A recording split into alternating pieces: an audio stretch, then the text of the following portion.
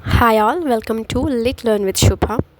Here we are going to talk about Hedda Gabler. So, Hedda Gabler is one of the most important and most famous play which was published by Henrik Ibsen. ഇപ്പോൾ Henrik ഇബ്സൻ്റെ most famous ആയിട്ടുള്ള വർക്ക്സിൽ ഒരു വർക്കാണ് Hedda Gabler എന്ന് പറയുന്നത്. At first we have to talk about the author അല്ലെങ്കിൽ writer, നമ്മുടെ പ്ലേ റൈറ്റർ ആയിട്ടുള്ള ഹെൻറിക് ഇബ്സനെ പറ്റി നമുക്ക് ഫസ്റ്റ് പറയാം. If you are going to write an exam you have to mention about him. കാരണം പ്ലേ റൈറ്ററിനെ പറ്റി പറയുമ്പം എസ്പെഷ്യലി അബൌട്ട് ഹെൻറിക് ഇബ്സനെ പറ്റി പറയുമ്പോൾ you have to mention the realistic play റൈറ്ററാണ് Henrique Ibsen. അപ്പം മോഡേണിസവും റിയലിസവും ഇൻട്രൊഡ്യൂസ് ചെയ്തത് ഹെൻറിക്കാണ്. Okay, he is a Norwegian play writer. അപ്പം ആഫ്റ്റർ ഷേക്സ്പിയറിൻ്റെ പ്ലേ റൈറ്റ്സ് കഴിഞ്ഞാൽ മോസ്റ്റ് പ്രിമറായിട്ടുള്ള പ്ലേസ് ഉള്ളത് ഹെൻറിക് ഇബ്സൻ്റെ ആണ്. ഓക്കെ, അത് ഓർമ്മ വെക്കുക. Okay, let's start. Henrik Ibsen is widely regarded as the father of modern drama because he transformed European theatre by introducing realism, psychological depth, and social criticism in his plays. He rejecting exaggerated emotions and artificial conventions of earlier drama. അപ്പോൾ ഞാൻ ഈ PDF ഞാനൊരു notes create ചെയ്തിട്ടുണ്ട്. You can see. അപ്പോൾ നിങ്ങൾ ഈ notes ഒന്ന് utilise ചെയ്യുക. ഓക്കെ, അപ്പോൾ ഇതിൽ മെയിൻ ആയിട്ടുള്ള ഇമ്പോർട്ടൻ്റ് ആയിട്ടുള്ള പോയിൻറ്റ്സ് ഞാൻ ഓൾറെഡി ആഡ് ഓൺ ചെയ്തിട്ടുണ്ട്. So while you R study you can use it. അപ്പം ഞാൻ ഡീറ്റെയിൽ ആയിട്ട് പറഞ്ഞിട്ടില്ല, പക്ഷേ മെയിൻ ആയിട്ടുള്ള ഇമ്പോർട്ടൻ്റ് ആയിട്ടുള്ള പോയിൻറ്റ് വൈസ് ആയിട്ടാണ് ഞാൻ ക്രിയേറ്റ് ചെയ്തിട്ടുള്ളത് ഈ ഒരു നോട്ട്. 1819 ഈ ഒരു പ്ലേ റിട്ടേൺ ചെയ്യുന്നത്. It is a modern realistic play exploring the woman struggle in a particular society. അപ്പോൾ മേജർ തീംസിലോട്ട് വരികയാണെങ്കിൽ love, freedom, identity, repression and social control. അപ്പോൾ ഞാൻ ഈ തീംസിനെ പറ്റി ലാസ്റ്റ് പറയാം. ഓക്കെ, ഡീറ്റെയിൽ ആയിട്ട് ഈ ഒരു തീംസിനെ പറ്റി ഞാൻ പറയുന്നുണ്ട്. The play contrast Hedda Gabler and Thea illustrate to show different female responses to social restriction. അപ്പോൾ ഈ ഒരു പ്ലേയിലെ മേജർ ക്യാരക്ടറായിട്ട് വരുന്നത് ഹെഡ ഗാബ്ലറാണ് അല്ലേ. അപ്പം ആ ഒരു ഫെമിനിസ്റ്റ് അപ്രോച്ചാണ്. അപ്പോൾ അതിൽ ഹെഡ എന്നൊരു ഫീമെയിൽ ഫിഗർ ഫേസ് ചെയ്യുന്ന പ്രോബ്ലംസും ഷീ ഈസ് ആക്ച്വലി ട്രാപ്പ്ഡ്. അപ്പോൾ ആ ഒരു സ്റ്റോറി ലൈനിലുള്ളത്.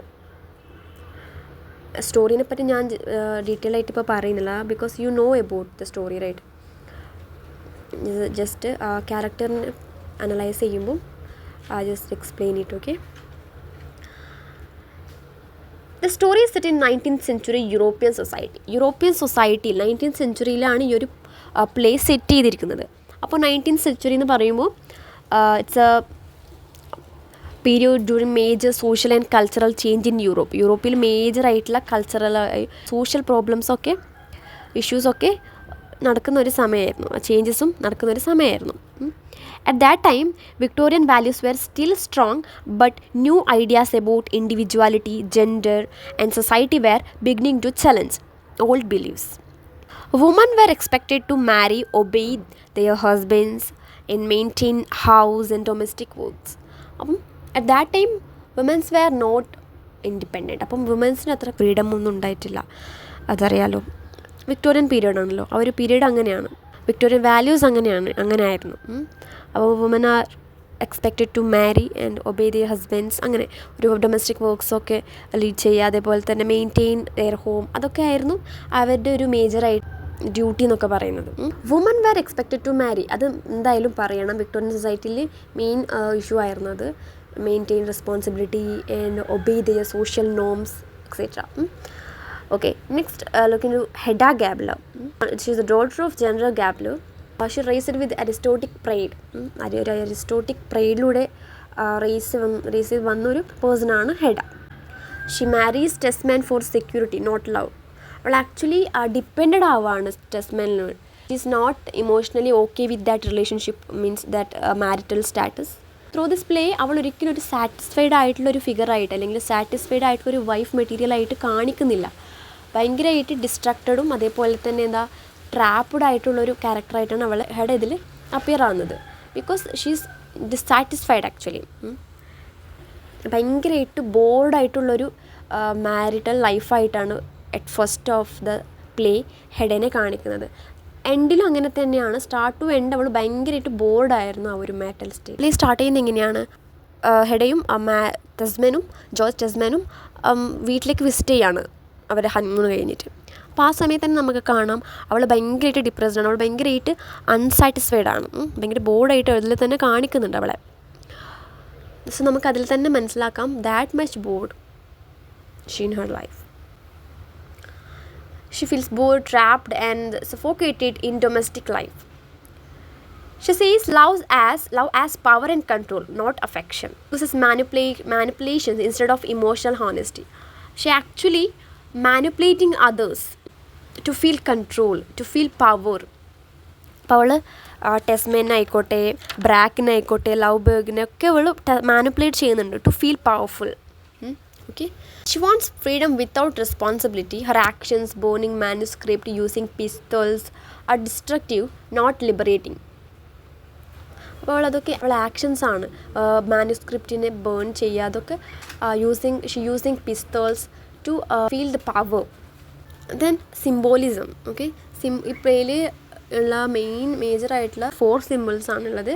ഒന്ന് pistol and manuscript, fire and George Brack. Pistol എന്ന് പറയുമ്പോൾ Hedda decides for power and control. You know that at first she had 2 pistols. At the end of the story, at the end of the play, she actually suiciding by using that remaining pistol. പിന്നെ manuscript creativity and partnership of Thea and Lovborg. അവൾ അത് burn ചെയ്യുന്ന ആ മാനുസ്ക്രിപ്റ്റാണ്. Third one is fire, destruction caused by repression. George Brack, patriarchal and social control. George Brack important ആയിട്ടുള്ളൊരു സിമ്പിളാണ്. Patriarchal and social കൺട്രോളാണ് symbolise ചെയ്യുന്നത്. Then the last incident, the final act, Hedda's suicide, is an act of rebellion against social imprisonment, refusal to live under George Burke's control. ഹെഡ എന്ന് പറയുന്നത് ഭയങ്കര strong ആയിട്ടുള്ള person ആണ്. Xi never compromises. അവൾക്ക് ആരെയും കൺട്രോളിൻ്റെ അണ്ടറിൽ ജീവിക്കാൻ ഇഷ്ടമില്ലാത്ത ആളാണ്. സൊസൈറ്റൽ ഫ്രീഡം വോണ്ട് ചെയ്യുന്ന അല്ലെങ്കിൽ വിഷ് ചെയ്യുന്ന ആളാണ്. അവൾക്ക് പവറും കൺട്രോളും വേണം, റെസ്പെക്റ്റും വേണം. But society doesn't hello it. Hedda represents the tragedy of repression and disappear. Theo represents hope, resilience and renewal. Ibsen criticizes a male-dominated society that restricts women's freedom and identity. നമുക്ക് ഇതിലെ major തീംസിലോട്ട് നോക്കാം. Major themes എന്ന് പറയുമ്പോൾ at first social pressure and respectability ആണ്. Okay, the play shows how society forces people to behave in certain respectable ways. Hedda feels trapped. അവർക്ക് ഒരു societal എക്സ്പെക്റ്റേഷനിലൂടെ, ഒരു മാരിറ്റൽ സ്റ്റാറ്റസിലൂടെ she feels trapped by expectations. അതായത് അവളൊരു പ്രോപ്പർ വൈഫായിട്ട് behave ചെയ്യണം. She have to act politely and hide her true emotions. ഇതൊക്കെ ഒരു പ്രഷറാണ് അവളിൽ ക്രിയേറ്റ് ചെയ്യുന്നത്. This pressure creates frustration and inner conflict, ഡിസ്ഹോണസ്റ്റി in their lifes. Second theme, the struggle for freedom. Hedda wants freedom, but society doesn't allow it. Women to make independent choices. She feels imprisoned in her marriage, in her social role. Third theme, power and control. Hedda constantly tries to control others because she has no real power in her own life. She manipulates, നേരത്തെ പറഞ്ഞ പോലെ manipulate ചെയ്യുന്നു ടെസ്മെനായാലും ബ്രാക്ക് love ബർഗിനൊക്കെ to feel powerful. The desire to shape someone's destiny shows the frustration within her lack of personal agency.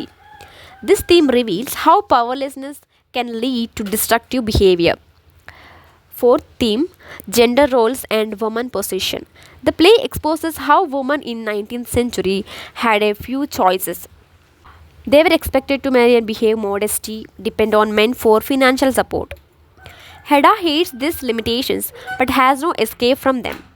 Ibsen uses her character to show how oppressive gender norms can damage a woman's mind and freedom. Fifth theme, tragic consequences and repression, or consequences of repression. Almost every character hides their true feeling. Hedda represents her desires. Lauberg suppresses his past. Thea hides her courage. Hedda's final act can be seen as the result of years of emotions repression. Sixth theme, manipulations and destruction. Hedda often destroys things, relationships, opportunities, even Lauber's manuscript. ഇതെന്താണ് കാണിക്കുന്നത്? It shows her inner turmoil and the self destructive nature of her personality. Her need to manipulate others recalls her weakness and deep dissatisfaction with life. A last theme, desire for beauty and heroism. Hedda dreams for beautiful and dramatic actions. She wants life to be bold, proud and impressive. But real world around her is ordinary and dull. ഇത്രയാണ് major themes ആയിട്ടുള്ളത് Hedda ഗാബ്ലറിൽ. ഇതിൽ main ക്യാരക്ടറായിട്ടുള്ള Hedda Gabler. Hedda becomes a tragic figure, ഒരു tragic ഫിഗറായിട്ട് വരുന്നുണ്ട്. A woman who wants freedom but sees no acceptable path to achieve it. Her final act shows how completely she has been affected by society. She defeated by society, by Brack's control and her own inner conflicts. While you are writing your exam or notes or answer, you have to mention George Brack, George Desmond, തിയൽസ്റ്റഡ്. ക്യാരക്ടറിനെ പറ്റിയൊക്കെ ഒരു analyse നടത്താം. Okay, അവരുടെ role എന്താണ് ഈ ഒരു particular പ്ലേയിൽ. അതേപോലെ തന്നെ key moments. Hedda return from honeymoon, അപ്പോൾ ആ ഒരു കണ്ടീഷൻ എങ്ങനെയായിരുന്നു. അതേപോലെ തന്നെ തെയാസ് അറൈവൽ എങ്ങനെയാണ് എഫക്റ്റ് ചെയ്തത് ഹെഡനെ. ദെൻ ഹെഡ ബിലീവ് ചെയ്യുന്നത് എങ്ങനെയാണ്, he actually died by her but actually he died by some other reason. അപ്പോൾ അതറിയുമ്പം അവൾക്ക് ആ ഒരു ഫൂളിഷ്നെസ്, അവൾക്കത് അക്സെപ്റ്റ് ചെയ്യാൻ പറ്റുന്നില്ല.